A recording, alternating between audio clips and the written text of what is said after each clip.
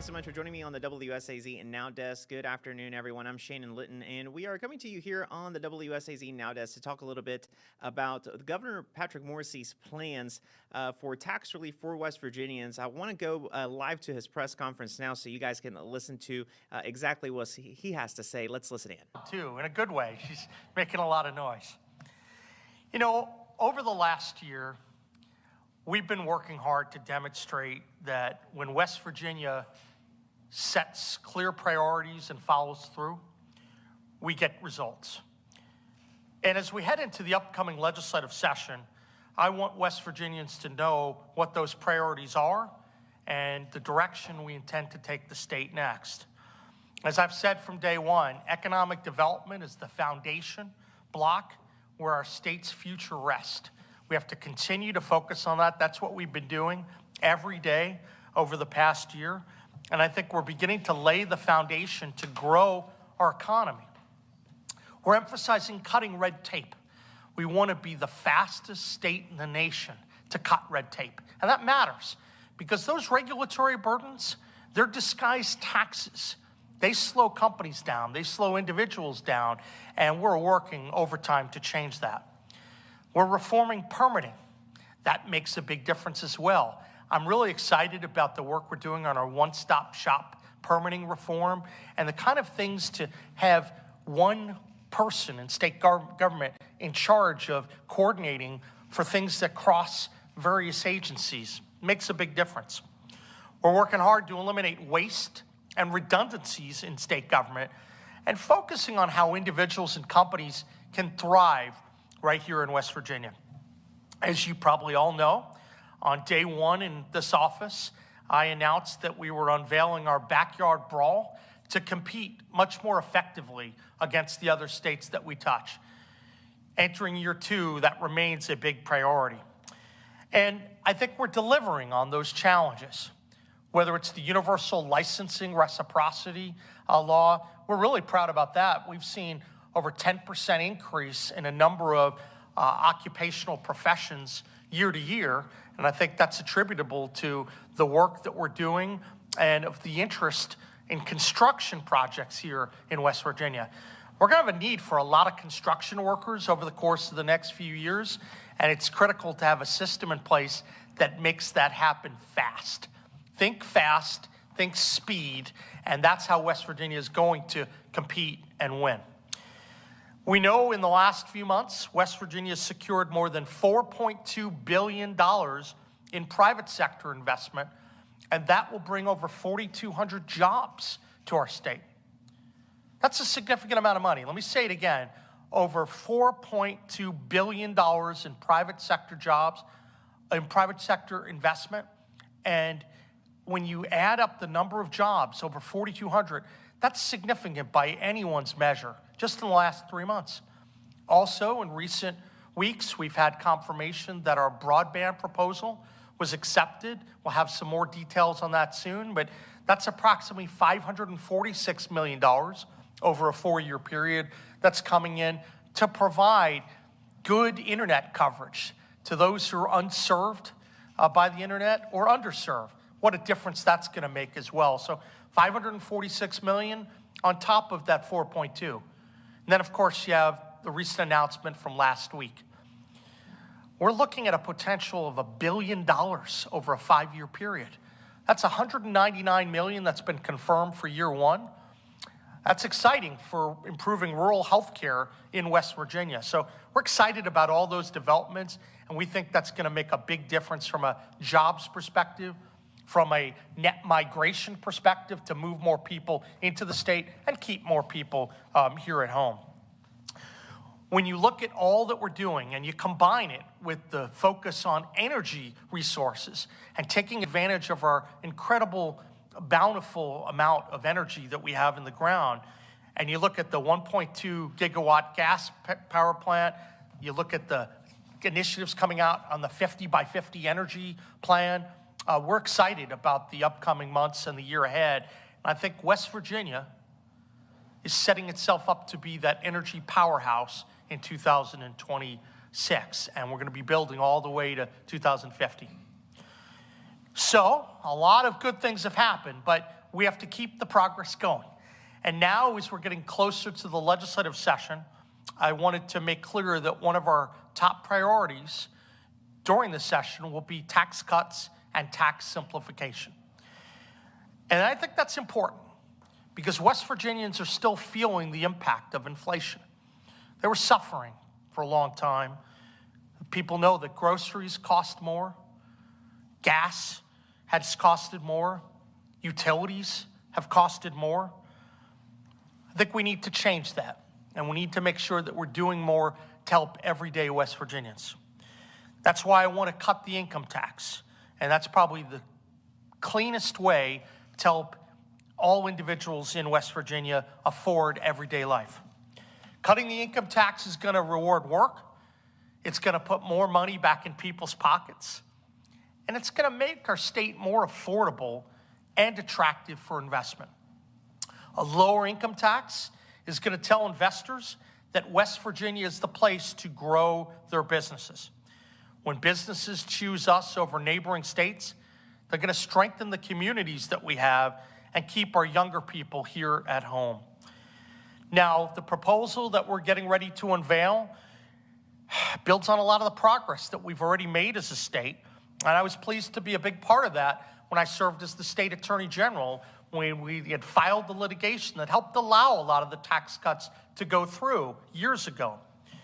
We know that the state has made progress in lowering income taxes, but I think we need to do more. And the people and the businesses here in our state that call West Virginia home, they deserve more immediate tax relief, and that's what I plan to deliver. My proposal for the upcoming session will provide several additional tax cuts that will help provide relief for taxpayers while maintaining the fiscal responsibility we've set as a standard for the first year of my administration. The policies we're going to be pushing are designed to help us compete better with the other states that we touch. And we can do this now because we've been proceeding in a very fiscally responsible manner.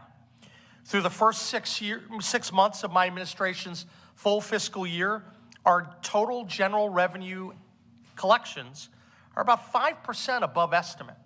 That's $128 million more than estimated. That's significant. That means we can afford to do a tax cut. Now, these strong revenue figures, they're actually driven a lot by our personal income tax strength and our consumer sales tax collections. And these are two taxes that are important. They're a good barometer for evaluating our state's fiscal health, because when personal income tax and sales taxes are up, even after you've put major tax cuts in place, it's a sign that more West Virginians are investing in our economy and they're spending, and that makes a big difference. And I would note that despite the nearly 6% reduction in income tax rates that occurred last year, our collections are nearly flat for this fiscal year, and consumer sales taxes, they're up nearly 10% for this fiscal year.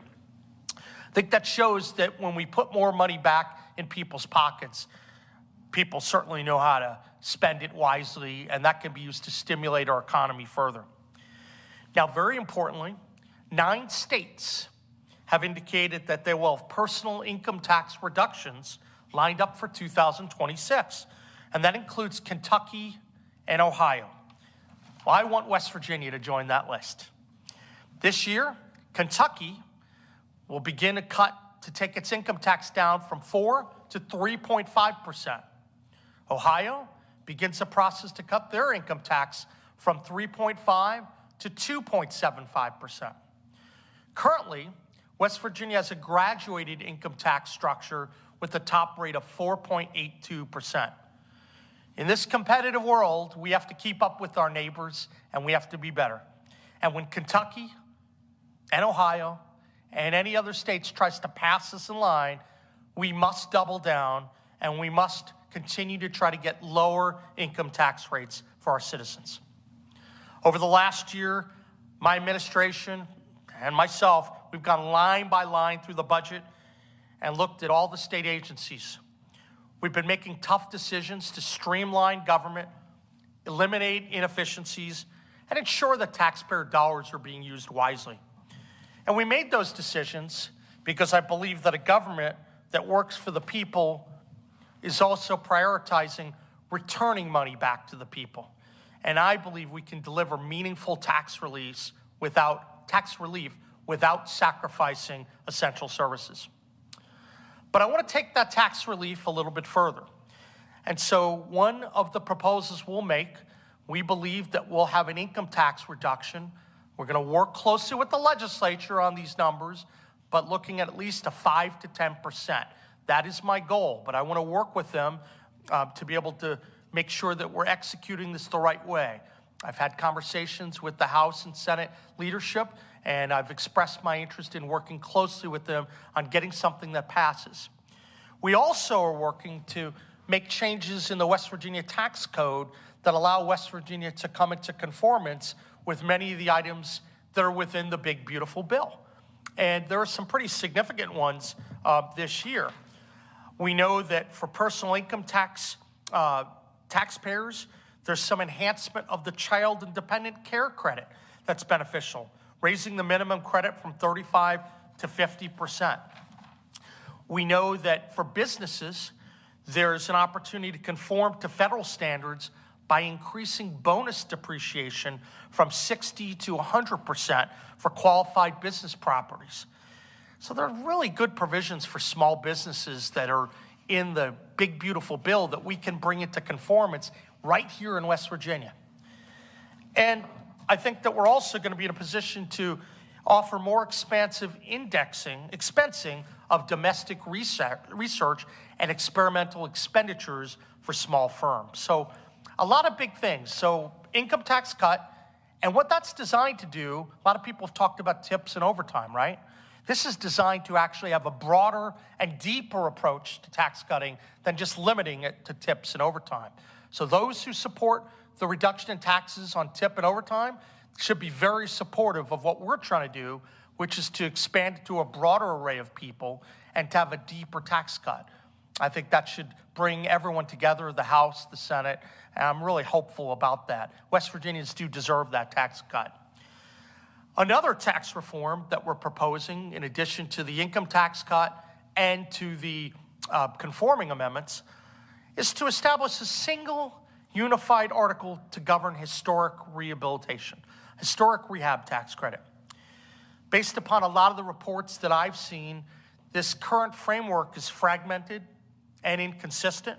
It creates uncertainty for some of the applicants and limits the state's ability to manage the program as effectively as we would like. And this undermines credits being used as an effective economic development tool.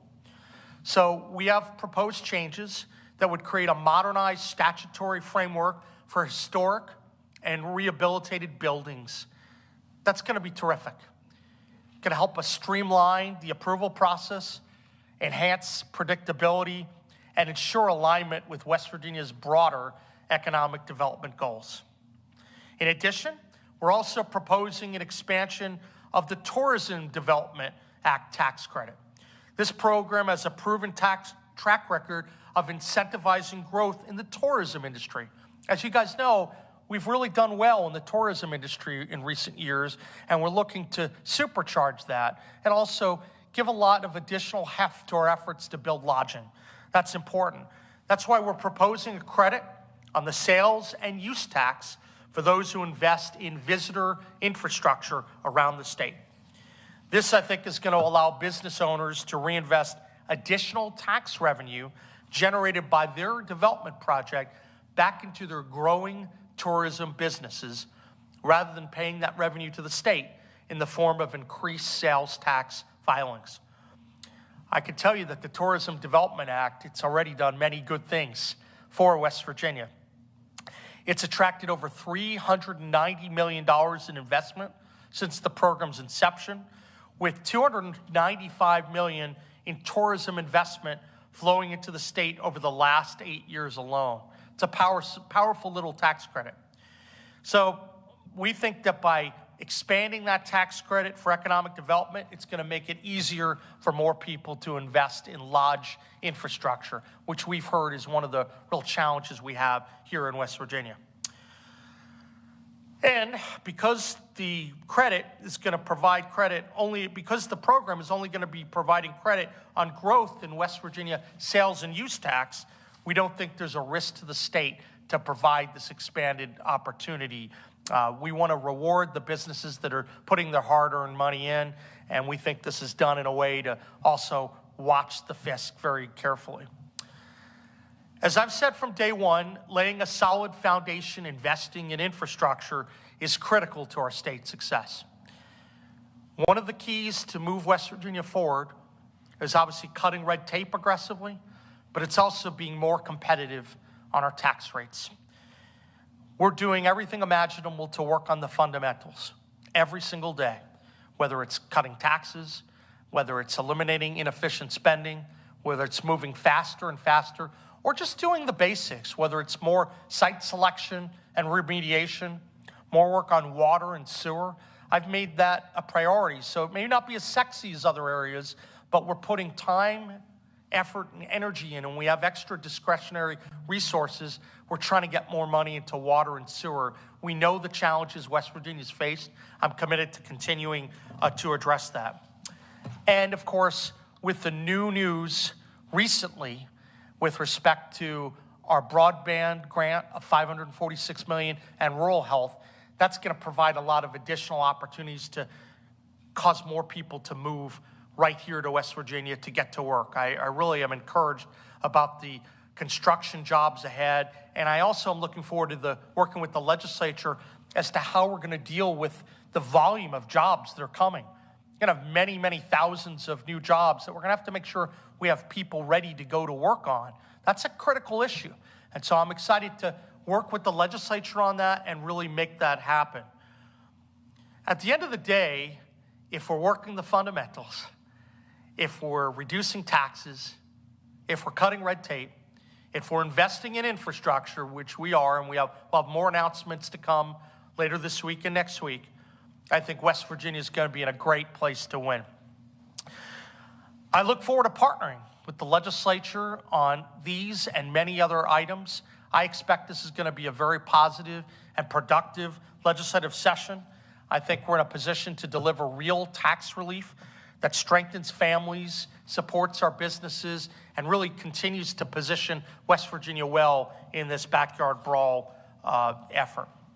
And I know that when we all work together, West Virginia wins. So I'm pleased to be here today to start the new year in a very positive light, and happy to take any questions that folks may have. I'll start with you, Stephen. You get the first question of the new year. Governor, you mentioned a range there, Yeah. 5 to 10%. Are we talking about 5 to 10% spread across our progressive tiered tax system? Are you talking about a flat tax? Because I think that was talked about leading up to December. What are we talking about specifically there? That's a very broad range. It is a broad range. So I've talked to the legislative leaders that I want to have detailed conversations with them about that. You know, as you know, we were contemplating doing something at the latter end of last year.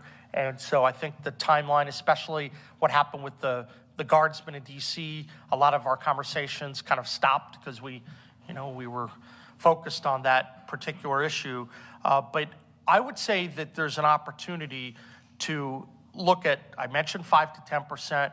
I want to make sure we're making meaningful changes to reduce income tax rates. Now, we're open-minded about how this gets done, so I'm not going to lock down on any specific provisions. I can tell you that the goal, though, is to have broad tax relief that families in West Virginia benefit All right, from. you've been listening to Governor Patrick Morrisey there talk a little bit about really what's going on, what's going to be coming here once that legislative session gets underway later this year, later this month to say. But you heard him there talking a little bit about West Virginia securing $4.2 billion in that private sector investment, and he says that means that there will be over 4,200 jobs, and that's just in the last 3 months and recent weeks. Of course, he's saying that their broadband proposal has been accepted, and they'll be having more details on that soon.